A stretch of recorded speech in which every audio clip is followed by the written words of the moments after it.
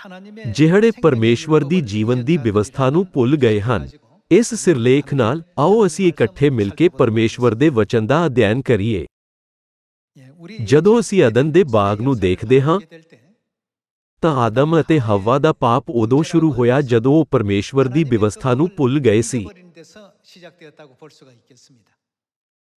ਭਾਵੇਂ ਇਹ ਲਾਲਚ ਰਾਹੀਂ ਹੋਵੇ ਜਾਂ ਹੋਰ ਕਾਰਨਾਂ ਕਰਕੇ ਉਹ ਪਰਮੇਸ਼ਵਰ ਦੀ ਵਿਵਸਥਾ ਨੂੰ ਭੁੱਲ ਗਏ ਸੀ।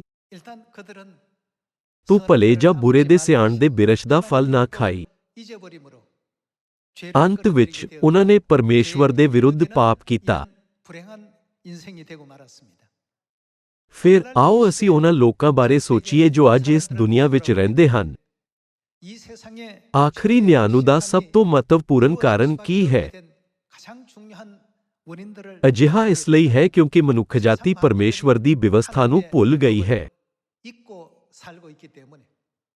ਕਿਉਂਕਿ ਉਹ ਪਰਮੇਸ਼ਵਰ ਦੀਆਂ ਸਿੱਖਿਆਵਾਂ ਅਤੇ ਉਹਨਾਂ ਦੀ ਵਿਵਸਥਾ ਦਾ ਪਾਲਣ ਨਹੀਂ ਕਰਦੇ ਹਨ, ਇਸ ਲਈ ਪਰਮੇਸ਼ਵਰ ਕੋਲ ਇਸ ਸੰਸਾਰ ਉੱਤੇ ਨਿਆਂ ਨੂੰ ਲਿਆਉਣ ਤੋਂ ਇਲਾਵਾ ਕੋਈ ਵਿਕਲਪ ਨਹੀਂ ਹੈ।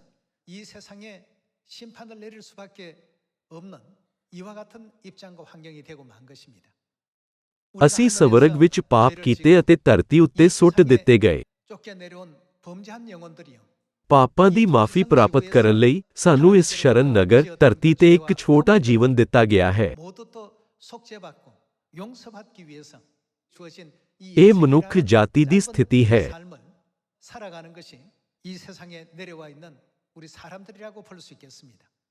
ਇਸ ਲਈ ਸਭ ਤੋਂ ਵੱਧ ਸਾਨੂੰ ਪਰਮੇਸ਼ਵਰ ਦੀਆਂ ਵਿਵਸਥਾਵਾਂ ਨੂੰ ਕਦੇ ਨਹੀਂ ਭੁੱਲਣਾ ਚਾਹੀਦਾ ਹੈ।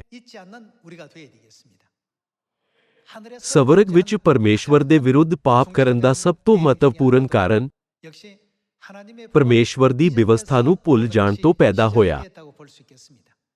ਅੱਜ ਸਮੁੰਦਰ ਦੇ ਕਿਨਾਰੇ ਦੀ ਰੇਤ ਵਾਂਗ ਕਈ ਚਰਚ ਹਨ ਅਤੇ ਅਜਿਹੇ ਕਈ ਲੋਕ ਹਨ ਜੋ ਪਰਮੇਸ਼ਵਰ ਉੱਤੇ ਵਿਸ਼ਵਾਸ ਕਰਨ ਦਾ ਦਾਅਵਾ ਕਰਦੇ ਹਨ, ਪਰ ਉਹ ਪਰਮੇਸ਼ਵਰ ਦੀ ਵਿਵਸਥਾ ਨੂੰ ਭੁੱਲ ਗਏ ਹਨ। ਉਹ ਭੁੱਲ ਗਏ ਹਨ ਕਿ ਸਬਤ ਕਿਹੜਾ ਦਿਨ ਹੈ ਅਤੇ ਉਹਨਾਂ ਨੂੰ ਪਰਮੇਸ਼ਵਰ ਦਾ ਪਰਬ ਮਨਾਉਣਾ ਚਾਹੀਦਾ ਹੈ ਜਾਂ ਨਹੀਂ।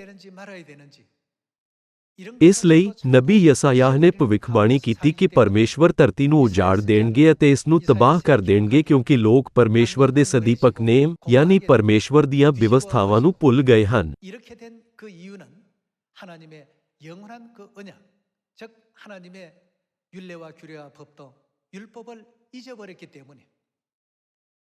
ਇਹ ਲਿਖਿਆ ਗਿਆ ਹੈ ਕਿ ਮਨੁੱਖਜਾਤੀ ਆਪਣੀਆਂ ਕਲਪਨਾਵਾਂ ਦਾ ਫਲ ਪਾਏਗੀ।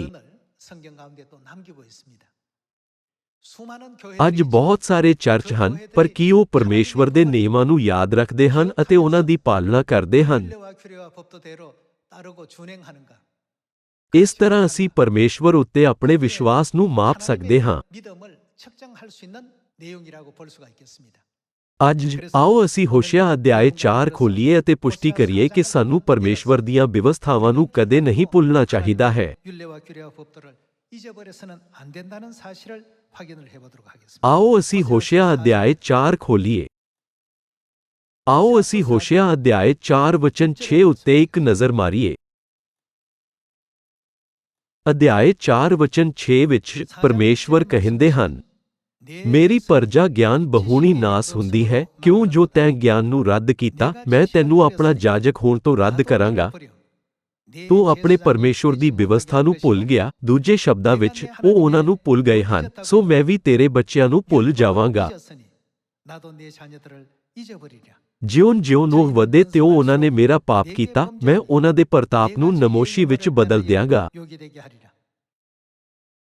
ਹੋਸ਼ਿਆ ਅਧਿਆਇ 4 ਵਚਨ 6 ਵਿੱਚ ਲਿਖਿਆ ਹੈ ਕਿ ਲੋਕ ਪਰਮੇਸ਼ਵਰ ਦੀ ਵਿਵਸਥਾ ਨੂੰ ਭੁੱਲ ਗਏ ਹਨ। ਦਰਅਸਲ ਦੁਨੀਆ ਭਰ ਵਿੱਚ ਬਹੁਤ ਸਾਰੇ ਲੋਕ ਪਰਮੇਸ਼ਵਰ ਦੀ ਵਿਵਸਥਾ ਨੂੰ ਭੁੱਲ ਗਏ ਹਨ। ਕੀ ਐਤਵਾਰ ਦੀ ਆਰਾਧਨਾ ਪਰਮੇਸ਼ਵਰ ਦੀ ਵਿਵਸਥਾ ਹੈ? ਕੀ ਕ੍ਰਿਸਮਸ ਪਰਮੇਸ਼ਵਰ ਦੀ ਵਿਵਸਥਾ ਹੈ? ਉਹ ਸਹੀ ਜਵਾਬ ਨਹੀਂ ਜਾਣਦੇ। ਪਰਮੇਸ਼ਵਰ ਦੀਆਂ ਸਾਰੀਆਂ ਵਿਵਸਥਾਵਾਂ ਨੂੰ ਮਿਟਾ ਦਿੱਤਾ ਗਿਆ ਸੀ ਅਤੇ ਲੋਕ ਉਹਨਾਂ ਸਾਰਿਆਂ ਨੂੰ ਭੁੱਲ ਗਏ ਹਨ। ਇਸ ਲਈ ਮਨੁੱਖਜਾਤੀ ਹੁਣ ਇੱਕ ਤਰਸਯੋਗ ਸਥਿਤੀ ਵਿੱਚ ਹੈ ਜਿੱਥੇ ਉਹਨਾਂ ਦੇ ਵਿਸ਼ਵਾਸ ਨੂੰ ਸੱਚਾ ਵਿਸ਼ਵਾਸ ਨਹੀਂ ਮੰਨਿਆ ਜਾਂਦਾ ਹੈ। ਆਓ ਅਸੀਂ ਵਿਵਸਥਾ ਸਾਰ ਅਧਿਆਇ 8 ਉੱਤੇ ਇੱਕ ਨਜ਼ਰ ਪਾਈਏ। ਵਿਵਸਥਾ ਸਾਰ ਅਧਿਆਇ 8 ਪਰਮੇਸ਼ਵਰ ਨੇ ਸਾਨੂੰ ਕਿਹਾ ਕਿ ਅਸੀਂ ਉਹਨਾਂ ਦੀਆਂ ਵਿਵਸਥਾਵਾਂ ਨੂੰ ਕਦੇ ਨਾ ਭੁੱਲੀਏ। ਆਓ ਅਸੀਂ ਪਰਮੇਸ਼ਵਰ ਦੀ ਗੰਭੀਰ ਬੇਨਤੀ ਉੱਤੇ ਇੱਕ ਨਜ਼ਰ ਪਾਈਏ। ਵਿਵਸਥਾ ਸਾਰ ਅਧਿਆਇ 8 ਵਚਨ 11 ਵਿੱਚ ਇਹ ਲਿਖਿਆ ਹੈ, ਚੌਕਸ ਰਹੋ, ਸਾਨੂੰ ਕਿਉਂ ਸਾਵਧਾਨ ਰਹਿਣਾ ਚਾਹੀਦਾ ਹੈ। ਸਾਵਧਾਨ ਰਹਿਣਾ ਮਤੇ ਤੁਸੀਂ ਯਹੋਵਾ ਆਪਣੇ ਪਰਮੇਸ਼ਵਰ ਨੂੰ ਵਿਸਰ ਜਾਓ ਅਤੇ ਉਸ ਦੇ ਹੁਕਮਾਂ, ਕਾਨੂੰਨਾਂ ਅਤੇ ਵਿਧੀਆਂ ਨੂੰ ਜਿਨ੍ਹਾਂ ਦਾ ਮੈਂ ਅੱਜ ਤੁਹਾਨੂੰ ਹੁਕਮ ਦਿੰਦਾ ਹਾਂ ਨਾ ਮੰਨੋ। ਅਸੀਂ ਕਹਿ ਸਕਦੇ ਹਾਂ ਕਿ ਪਰਮੇਸ਼ਵਰ ਦੇ ਹੁਕਮ, ਨਿਯਮ ਅਤੇ ਵਿਧੀਆਂ ਪਰਮੇਸ਼ਵਰ ਦੀ ਵਿਵਸਥਾ ਹਨ। ਸਾਨੂੰ ਸਾਵਧਾਨ ਰਹਿਣਾ ਚਾਹੀਦਾ ਹੈ ਕਿ ਅਸੀਂ ਪਰਮੇਸ਼ਵਰ ਦੇ ਨਿਯਮਾਂ ਦਾ ਪਾਲਣ ਕਰਨ ਵਿੱਚ ਅਸਫਲ ਹੋ ਕੇ ਪਰਮੇਸ਼ਵਰ ਨੂੰ ਨਾ ਭੁੱਲੀਏ। ਪਰਮੇਸ਼ਵਰ ਨੇ ਬਾਈਬਲ ਵਿੱਚ ਭਵਿੱਖਬਾਣੀ ਕੀਤੀ ਹੈ ਕਿ ਜੇ ਅਸੀਂ ਪਰਮੇਸ਼ਵਰ ਨੂੰ ਭੁੱਲ ਜਾਂਦੇ ਹਾਂ ਅਤੇ ਉਹਨਾਂ ਦੀਆਂ ਵਿਵਸਥਾਵਾਂ ਦਾ ਪਾਲਣ ਕਰਨ ਵਿੱਚ ਅਸਫਲ ਹੁੰਦੇ ਹਾਂ ਤਾਂ ਇੱਕ ਬਦਨਾਮ ਨਤੀਜਾ ਆਵੇਗਾ। ਪਰਮੇਸ਼ਵਰ ਨੇ ਸਾਨੂੰ ਆਸ਼ੀਸ਼ਾਂ ਦੇਣ ਲਈ ਆਪਣੀਆਂ ਵਿਧੀਆਂ, ਨਿਯਮਾਂ ਅਤੇ ਵਿਵਸਥਾਵਾਂ ਨੂੰ ਸਥਾਪਿਤ ਕੀਤਾ ਹੈ। ਹਾਲਾਂਕਿ ਅੱਜ ਕੱਲ੍ਹ ਅਣਗਿਣਤ ਚਰਚ ਸਬਤ ਦਾ ਦਿਨ, ਪਸਾਹ ਅਤੇ ਡੇਰਿਆਂ ਦਾ ਪਰਬ ਭੁੱਲ ਗਏ ਹਨ। ਇਸ ਦੀ ਬਜਾਏ ਉਹ ਐਤਵਾਰ ਦੀ ਆਰਾਧਨਾ, ਕ੍ਰਿਸਮਸ ਅਤੇ ਹੋਰ ਮਨੁੱਖ ਦੁਆਰਾ ਬਣਾਏ ਪਰਬ ਮਨਾਉਂਦੇ ਹਨ। ਜਦੋਂ ਅਸੀਂ ਵਿਸ਼ਵਾਸ ਦੇ ਪੂਰਵਜ ਦਾਊਦ ਦੇ ਇਤਿਹਾਸ ਨੂੰ ਦੇਖਦੇ ਹਾਂ ਤਾਂ ਜਿਵੇਂ ਕਿ ਦਾਊਦ ਦੀ ਮੌਤ ਦਾ ਸਮਾਂ ਨੇੜੇ ਆਇਆ, ਉਸਨੇ ਆਪਣੇ ਪੁੱਤਰ ਸੁਲੇਮਾਨ ਨੂੰ ਕਿਹਾ, ਤੁਹਾਨੂੰ ਕਦੇ ਵੀ ਪਰਮੇਸ਼ਵਰ ਦੀ ਵਿਵਸਥਾ ਨੂੰ ਨਹੀਂ ਭੁੱਲਣਾ ਚਾਹੀਦਾ। ਉਸਨੇ ਇਸ ਨੂੰ ਆਪਣੀ ਆਖਰੀ ਇੱਛਾ ਦੇ ਰੂਪ ਵਿੱਚ ਛੱਡ ਦਿੱਤਾ। ਇਹ ਦ੍ਰਿਸ਼ 1 ਰਾਜਿਆਂ ਅਧਿਆਇ 2 ਵਿੱਚ ਲਿਖਿਆ ਗਿਆ ਹੈ। ਨਾਲੇ ਜਦੋਂ ਮੂਸਾ ਨੇ ਯਹੋਸ਼ੂਆ ਨੂੰ ਇਸਰਾਏਲੀਆਂ ਦੀ ਅਗਵਾਈ ਕਰਨ ਦਾ ਪੂਰਾ ਅਧਿਕਾਰ ਦਿੱਤਾ ਤਾਂ ਉਸਨੇ ਇਹ ਵੀ ਕਿਹਾ, ਤੁਹਾਨੂੰ ਪਰਮੇਸ਼ਵਰ ਦੀ ਵਿਵਸਥਾ ਨੂੰ ਕਦੇ ਨਹੀਂ ਭੁੱਲਣਾ ਚਾਹੀਦਾ।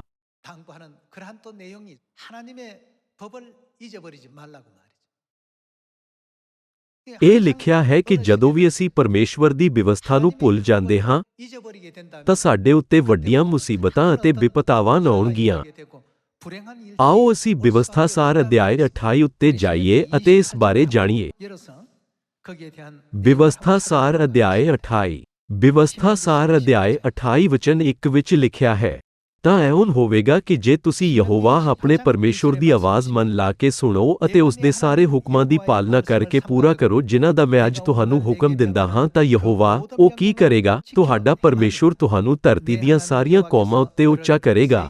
ਜਦੋਂ ਅਸੀਂ ਪਰਮੇਸ਼ਵਰ ਦੀਆਂ ਵਿਵਸਥਾਵਾਂ ਦਾ ਪਾਲਣਾ ਕਰਦੇ ਹਾਂ ਅਤੇ ਉਹਨਾਂ ਦੇ ਸਾਰੇ ਹੁਕਮਾਂ ਦਾ ਪਾਲਣ ਕਰਦੇ ਹਾਂ ਤਾਂ ਪਰਮੇਸ਼ਵਰ ਸਾਨੂੰ ਧਰਤੀ ਦੀਆਂ ਸਾਰੀਆਂ ਕੌਮਾਂ ਤੋਂ ਉੱਚਾ ਕਰਨਗੇ।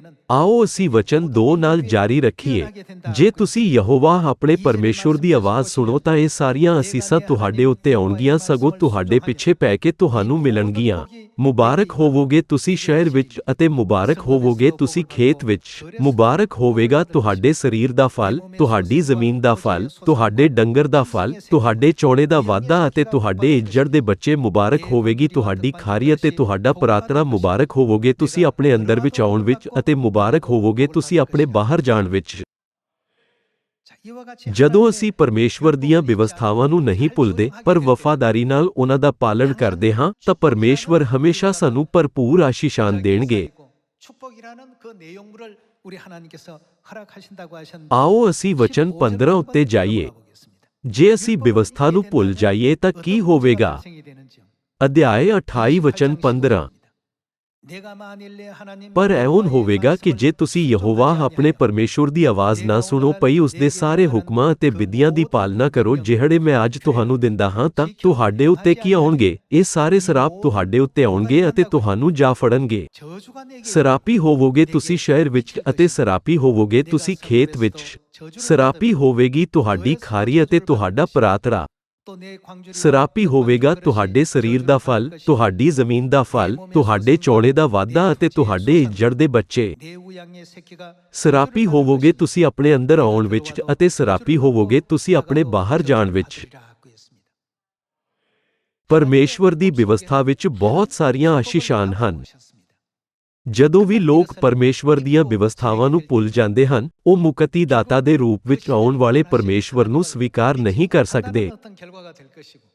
ਲਿਖਿਆ ਹੋਇਆ ਹੈ, ਜਦੋਂ ਤੁਸੀਂ ਅੰਦਰ ਆਉਂਦੇ ਹੋ ਅਤੇ ਜਦੋਂ ਤੁਸੀਂ ਬਾਹਰ ਜਾਂਦੇ ਹੋ ਤਾਂ ਤੁਹਾਨੂੰ ਸਰਾਪ ਦਿੱਤਾ ਜਾਵੇਗਾ। ਪਰਮੇਸ਼ਵਰ ਕਹਿੰਦੇ ਹਨ ਕਿ ਜੇ ਅਸੀਂ ਉਹਨਾਂ ਦੇ ਨਿਯਮਾਂ ਨੂੰ ਭੁੱਲ ਜਾਂਦੇ ਹਾਂ ਤਾਂ ਆਸ਼ੀਸ਼ਾਂ ਤੋਂ ਬਿਲਕੁਲ ਉਲਟ ਨਤੀਜਾ ਸਾਡੇ ਉੱਤੇ ਆਵੇਗਾ।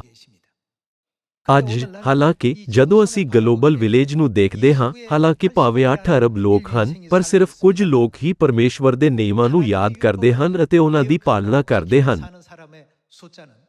ਮੱਤੀ ਅਧਿਆਇ 7 ਵਿੱਚ ਪਹਿਲਾਂ ਤੋਂ ਇਸ ਦੀ ਭਵਿੱਖਬਾਣੀ ਕੀਤੀ ਗਈ ਹੈ। ਸੰਸਾਰ ਦੀ ਆਬਾਦੀ ਦੇ ਮੁਕਾਬਲੇ ਇਹਨਾਂ ਦੀ ਗਿਣਤੀ ਬਹੁਤ ਘੱਟ ਹੈ।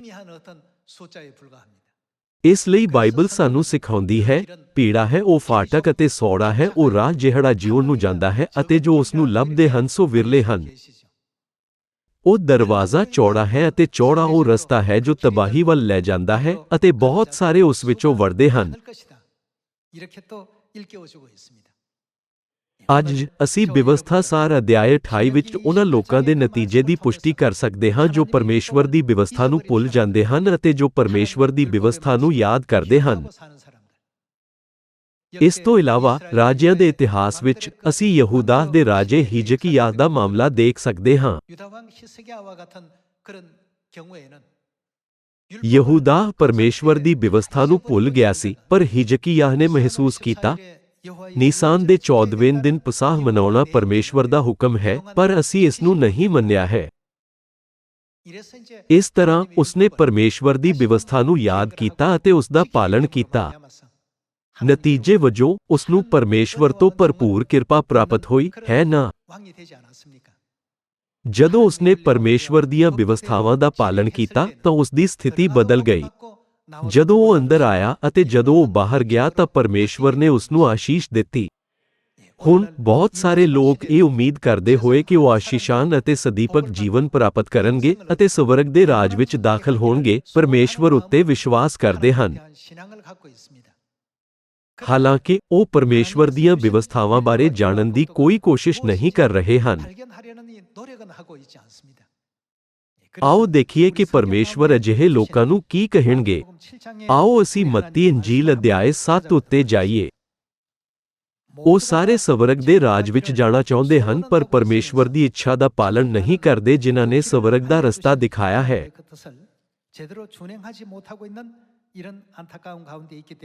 ਆਓ ਅਸੀਂ ਮੱਤੀ ਦੇ 7 ਅਧਿਆਇ ਉੱਤੇ ਜਾਈਏ।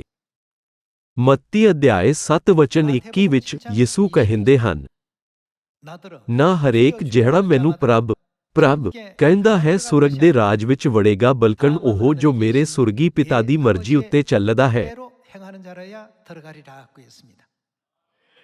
ਪਿਤਾ ਦੇ ਯੁੱਗ ਵਿੱਚ ਪਰਮੇਸ਼ਵਰ ਨੇ ਉਸ ਯੁੱਗ ਦੇ ਲੋਕਾਂ ਲਈ ਮੁਕਤੀ ਦੀ ਵਿਵਸਥਾ ਸਥਾਪਿਤ ਕੀਤੀ। ਪੁੱਤਰ ਦੇ ਯੁੱਗ ਵਿੱਚ ਪਰਮੇਸ਼ਵਰ ਨੇ ਉਸ ਯੁੱਗ ਦੇ ਲੋਕਾਂ ਲਈ ਮੁਕਤੀ ਦੇ ਕਾਨੂੰਨ ਦੀ ਘੋਸ਼ਣਾ ਕੀਤੀ। ਅਸੀਂ ਜਿਸ ਯੁੱਗ ਵਿੱਚ ਜੀ ਰਹੇ ਹਾਂ ਉਹ ਨਾ ਤਾਂ ਪਿਤਾ ਦਾ ਯੁੱਗ ਹੈ ਅਤੇ ਨਾ ਹੀ ਪੁੱਤਰ ਦਾ, ਸਗੋਂ ਪਵਿੱਤਰ ਆਤਮਾ ਦਾ ਯੁੱਗ ਹੈ। ਪਵਿੱਤਰ ਆਤਮਾ ਦੇ ਯੁੱਗ ਵਿੱਚ ਵੀ ਨਵੇਂ ਨੇਮ ਦੀ ਸੱਚਾਈ ਨੂੰ ਦੁਬਾਰਾ ਸਥਾਪਿਤ ਕਰਨ ਲਈ ਪਰਮੇਸ਼ਵਰ ਇਸ ਧਰਤੀ ਉੱਤੇ ਆਏ। ਉਹ ਚਾਹੁੰਦੇ ਹਨ ਕਿ ਸਾਰੀ ਮਨੁੱਖਜਾਤੀ ਉਹਨਾਂ ਦੀਆਂ ਬਿਵਸਥਾਵਾਂ ਦਾ ਪਾਲਣਾ ਕਰੇ। ਮੱਤੀ 7 ਵਿੱਚ ਇਹ ਲਿਖਿਆ ਹੈ ਕਿ ਜਿਹੜੇ ਲੋਕ ਪਿਤਾ ਦੀ ਇੱਛਾ ਤੇ ਚੱਲਦੇ ਹਨ ਉਹ ਸਵਰਗ ਦੇ ਰਾਜ ਵਿੱਚ ਪ੍ਰਵੇਸ਼ ਕਰਨਗੇ। ਫਿਰ ਪਿਤਾ ਦੀ ਮਰਜ਼ੀ ਕੀ ਹੈ? ਉਹਨਾਂ ਦੀ ਮਰਜ਼ੀ ਕਿੱਥੇ ਹੈ? ਪਰਮੇਸ਼ਵਰ ਨੇ ਹਰ ਯੁੱਗ ਦੀ ਬਿਵਸਥਾ ਵਿੱਚ ਆਪਣੀ ਮਰਜ਼ੀ ਨੂੰ ਸ਼ਾਮਿਲ ਕੀਤਾ ਹੈ। ਆਓ ਅਸੀਂ ਅਧਿਆਇ 7 ਵਚਨ 21 ਵਿੱਚ ਪਰਮੇਸ਼ਵਰ ਦੇ ਵਚਨ ਨੂੰ ਪੜ੍ਹਨਾ ਜਾਰੀ ਰੱਖੀਏ।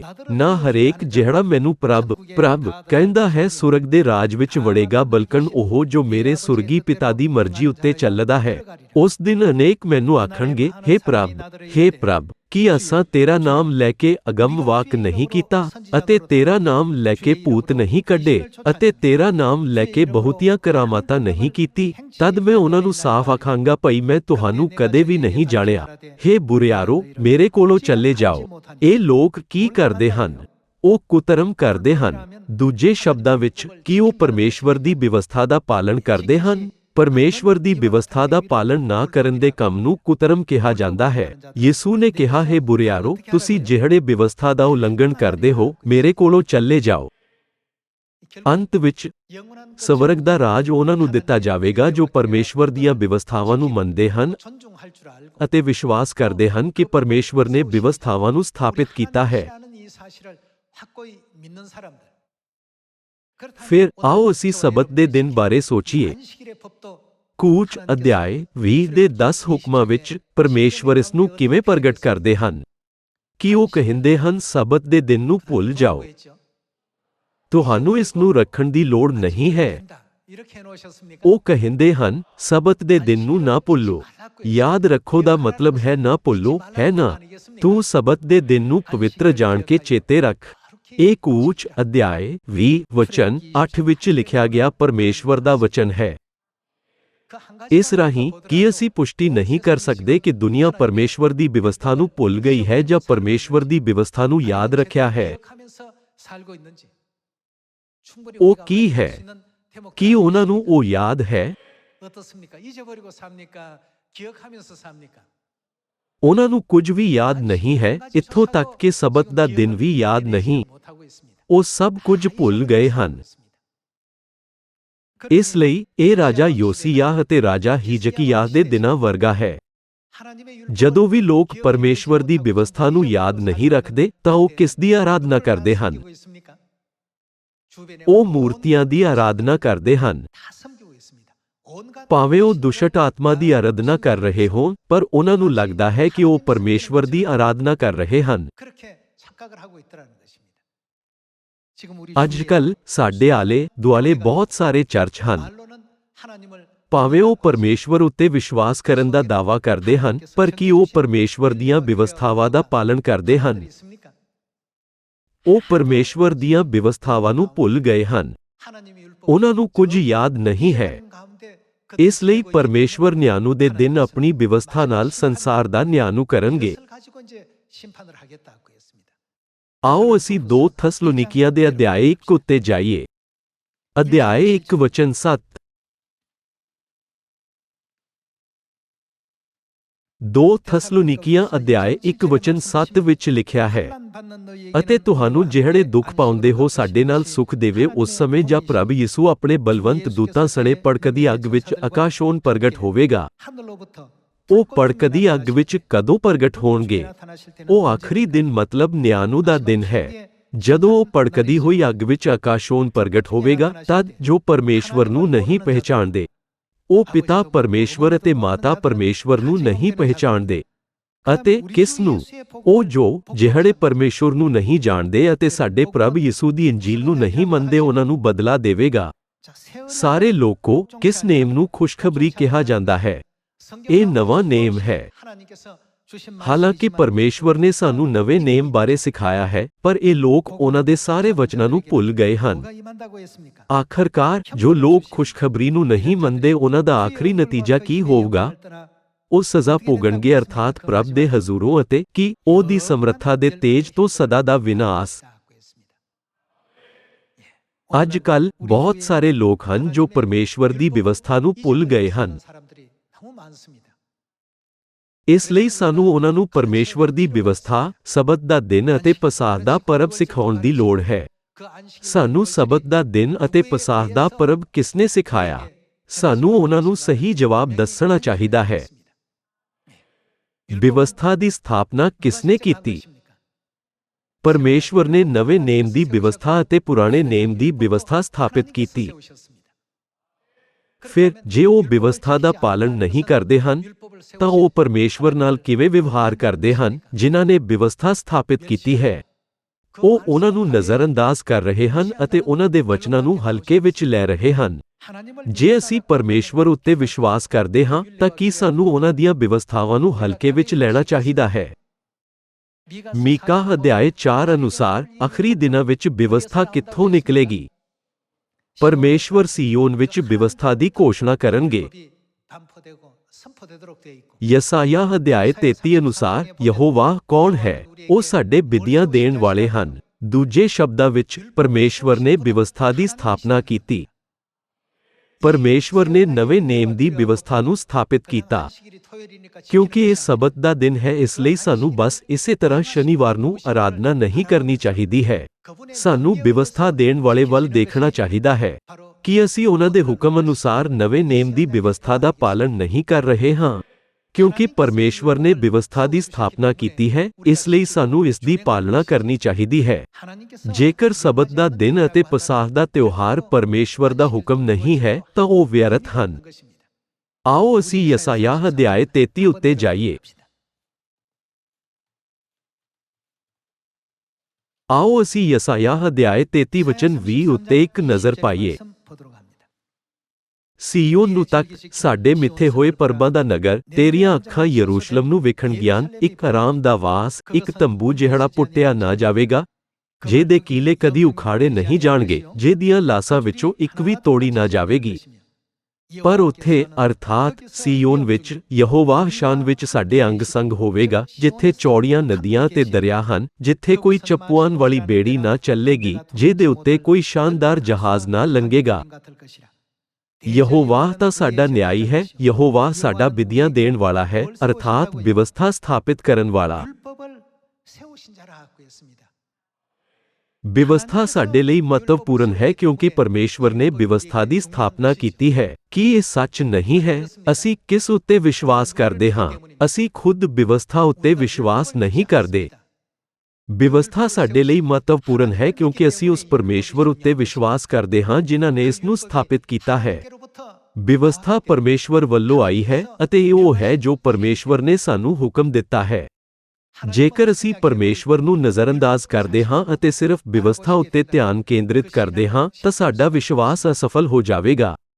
ਇਸ ਲਈ ਸਾਡੇ ਵਿਸ਼ਵਾਸ ਨੂੰ ਹਮੇਸ਼ਾ ਪਰਮੇਸ਼ਵਰ ਵੱਲ ਦੇਖਣਾ ਚਾਹੀਦਾ ਹੈ ਜਿਨ੍ਹਾਂ ਨੇ ਵਿਵਸਥਾ ਦੀ ਸਥਾਪਨਾ ਕੀਤੀ। ਵਿਵਸਥਾ ਸਾਰ ਅਧਿਆਇ 28 ਵਿੱਚ ਲਿਖਿਆ ਹੈ ਕਿ ਜਦੋਂ ਅਸੀਂ ਪਰਮੇਸ਼ਵਰ ਦੀ ਵਿਵਸਥਾ ਦਾ ਪਾਲਣ ਕਰਦੇ ਹਾਂ ਤਾਂ ਜਦੋਂ ਅਸੀਂ ਅੰਦਰ ਆਉਂਦੇ ਹਾਂ ਅਤੇ ਬਾਹਰ ਜਾਂਦੇ ਹਾਂ ਤਾਂ ਅਸੀਂ ਮੁਬਾਰਕ ਹੋ ਸਕਦੇ ਹਾਂ। ਪਰ ਕੀ ਹੋਵੇਗਾ ਜੇ ਅਸੀਂ ਉਹਨਾਂ ਦਾ ਪਾਲਣ ਨਾ ਕਰੀਏ? ਇਹ ਲਿਖਿਆ ਹੈ, ਸਰਾਪੀ ਹੋਵੋਗੇ ਤੁਸੀਂ ਆਪਣੇ ਅੰਦਰ ਆਉਣ ਵਿੱਚ ਅਤੇ ਸਰਾਪੀ ਹੋਵੋਗੇ ਤੁਸੀਂ ਆਪਣੇ ਬਾਹਰ ਜਾਣ ਵਿੱਚ। ਸਾਰੇ ਲੋਕੋ, ਸਾਨੂੰ ਯਸਾਯਾਹ ਅਧਿਆਇ 33 ਦੇ ਵਚਨਾਂ ਨੂੰ ਯਾਦ ਰੱਖਣਾ ਚਾਹੀਦਾ ਹੈ। ਸਾਡੇ ਲਈ ਯਹੋਵਾਹ ਕੌਣ ਹੈ? ਉਹ ਸਾਨੂੰ ਵਿਧੀਆਂ ਦੇਣ ਵਾਲਾ ਹੈ। ਪਰਮੇਸ਼ਵਰ ਨੇ ਸਾਡੇ ਲਈ ਵਿਵਸਥਾ ਸਥਾਪਿਤ ਕੀਤੀ। ਪਿਤਾ ਦੇ ਯੁੱਗ ਵਿੱਚ ਪਰਮੇਸ਼ਵਰ ਯਹੋਵਾਹ ਨੇ ਵਿਵਸਥਾ ਦੀ ਸਥਾਪਨਾ ਕੀਤੀ। ਪੁੱਤਰ ਦੇ ਯੁੱਗ ਵਿੱਚ ਲੂਕਾ ਅਧਿਆਇ 22 ਵਚਨ 7 ਵਿੱਚ ਨਵੇਂ ਨੇਮ ਦੀ ਵਿਵਸਥਾ ਕਿਸ ਨੇ ਸਥਾਪਿਤ ਕੀਤੀ? ਯਿਸੂ ਮਸੀਹ ਨੇ ਨਵੇਂ ਨੇਮ ਦੀ ਵਿਵਸਥਾ ਸਥਾਪਿਤ ਕੀਤੀ।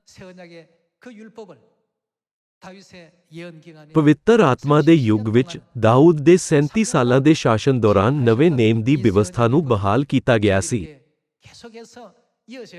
ਨਵੇਂ ਨੇਮ ਨੂੰ ਉਹਨਾਂ ਦੇ ਦੂਸਰੀ ਵਾਰ ਆਉਣ ਤੇ ਕੀਤਾ ਜਾਣਾ ਚਾਹੀਦਾ ਹੈ ਤਾਂ ਜੋ ਅਸੀਂ ਇਸ ਨੂੰ ਪਵਿੱਤਰ ਆਤਮਾ ਦੇ ਯੁੱਗ ਵਿੱਚ ਰੱਖ ਸਕੀਏ। ਪਰਮੇਸ਼ਵਰ ਨੂੰ ਇਸ ਧਰਤੀ ਉੱਤੇ ਦੂਜੀ ਵਾਰ ਆਉਣਾ ਚਾਹੀਦਾ ਹੈ ਅਤੇ ਨਵੇਂ ਨੇਮ ਨੂੰ ਦੁਬਾਰਾ ਸਥਾਪਿਤ ਕਰਨਾ ਚਾਹੀਦਾ ਹੈ। ਕਿਉਂਕਿ ਪਰਮੇਸ਼ਵਰ ਨੇ ਇਸ ਵਿਵਸਥਾ ਨੂੰ ਸਥਾਪਿਤ ਕੀਤਾ ਹੈ, ਇਸ ਲਈ ਕੋਈ ਹੋਰ ਇਸ ਨੂੰ ਸਥਾਪਿਤ ਨਹੀਂ ਕਰ ਸਕਦਾ।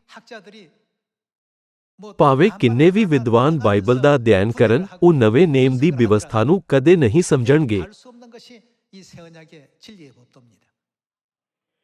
ਹਾਲਾਂਕਿ ਪਰਮੇਸ਼ਵਰ ਨੇ ਸਾਨੂੰ ਨਵੇਂ ਨੇਮ ਦੀ ਵਿਵਸਥਾ, ਪਰਮੇਸ਼ਵਰ ਦੀ ਜੀਵਨ ਦੀ ਵਿਵਸਥਾ, ਜਿਸ ਨੂੰ ਸਾਰੀ ਮਨੁੱਖਜਾਤੀ ਲੰਬੇ ਸਮੇਂ ਤੋਂ ਭੁੱਲ ਗਈ ਹੈ, ਜਾਣਨ ਦੀ ਇਜਾਜ਼ਤ ਦਿੱਤੀ। ਅੱਜ ਆਓ ਅਸੀਂ ਸਵਰਗੀ ਪਿਤਾ ਅਤੇ ਸਵਰਗੀ ਮਾਤਾ ਬਾਰੇ ਸੋਚੀਏ ਜਿਨ੍ਹਾਂ ਨੇ ਵਿਵਸਥਾ ਦੀ ਸਥਾਪਨਾ ਕੀਤੀ ਅਤੇ ਭਰੋਸਾ ਰੱਖੋ ਕਿ ਅਸੀਂ ਸਵਰਗ ਜਾ ਰਹੇ ਹਾਂ। ਮਸੀਹ ਦੇ ਵਚਨਾਂ ਨੂੰ ਯਾਦ ਕਰਦੇ ਹੋਏ, ਸਿਰਫ ਉਹੀ ਜੋ ਮੇਰੇ ਪਿਤਾ ਦੀ ਇੱਛਾ ਤੇ ਚੱਲਦਾ ਹੈ, ਸਵਰਗ ਦੇ ਰਾਜ ਵਿੱਚ ਪ੍ਰਵੇਸ਼ ਕਰੇਗਾ। ਆਓ ਅਸੀਂ ਨਵੇਂ ਨੇਮ ਦੀ ਵਿਵਸਥਾ ਵਿੱਚ ਕਦੇ ਵੀ ਵਿਸ਼ਵਾਸ ਨਾ ਗੁਆਈਏ। ਸਾਨੂੰ ਹਮੇਸ਼ਾ ਪਰਮੇਸ਼ਵਰ ਨੂੰ ਧੰਨਵਾਦ ਦੇਣਾ ਚਾਹੀਦਾ ਹੈ। ਆਓ ਅਸੀਂ ਮੀਕਾਹ ਅਧਿਆਇ 4 ਵਚਨ 1 ਉੱਤੇ ਇੱਕ ਨਜ਼ਰ ਪਾਈਏ। ਅਧਿਆਇ 4 ਵਚਨ 1 ਵਿੱਚ ਲਿਖਿਆ ਹੈ, ਆਖਰੀ ਦਿਨਾਂ ਵਿੱਚ ਕੀ ਆਖਰੀ ਦਿਨ ਪਵਿੱਤਰ ਆਤਮਾ ਦਾ ਯੁੱਗ ਨਹੀਂ ਹੈ? ਆਖਰੀ ਦਿਨਾਂ ਵਿੱਚ ਇਉਂ ਹੋਵੇਗਾ ਕਿ ਯਹੋਵਾਹ ਦੇ ਭਵਨ ਦਾ ਪਰਬਤ ਪਹਾੜਾਂ ਦੇ ਸਿਰ ਤੇ ਕਾਇਮ ਕੀਤਾ ਜਾਵੇਗਾ ਅਤੇ ਉਹ ਪਹਾੜੀਆਂ ਤੋਂ ਉੱਚਾ ਕੀਤਾ ਜਾਵੇਗਾ ਅਤੇ ਉਮਤਾਂ ਉਸ ਦੀ ਵੱਲ ਵਗਣਗੀਆਂ।